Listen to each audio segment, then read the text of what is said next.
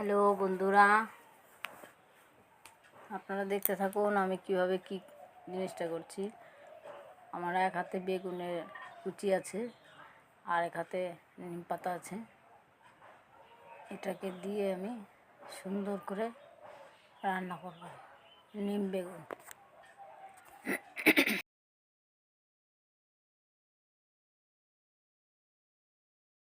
হয়ে গেছে, নিম পাতাগুলো ছিঁড়ে ছিঁড়ে দিয়ে দেবো। গোটা গোটা নিম পাতাগুলো দিয়ে দিলাম। এটা সুন্দর ভাজা হবে।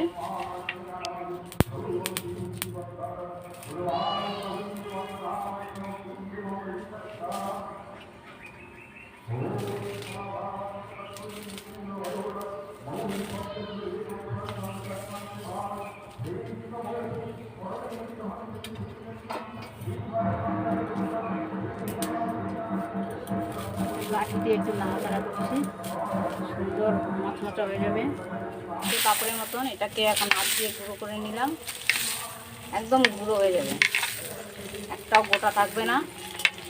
নিম পাতাটা খেতে টেস্ট হবে। আপনারা যদি খেতে চান আপনারা এভাবে করে খেতে পারেন। এটা এবারে বেগুন ভাজার তেলটার মধ্যে দিয়ে দেবো। আমার নিম বেগুনটা হয়ে গেছে, নামিয়ে নেব।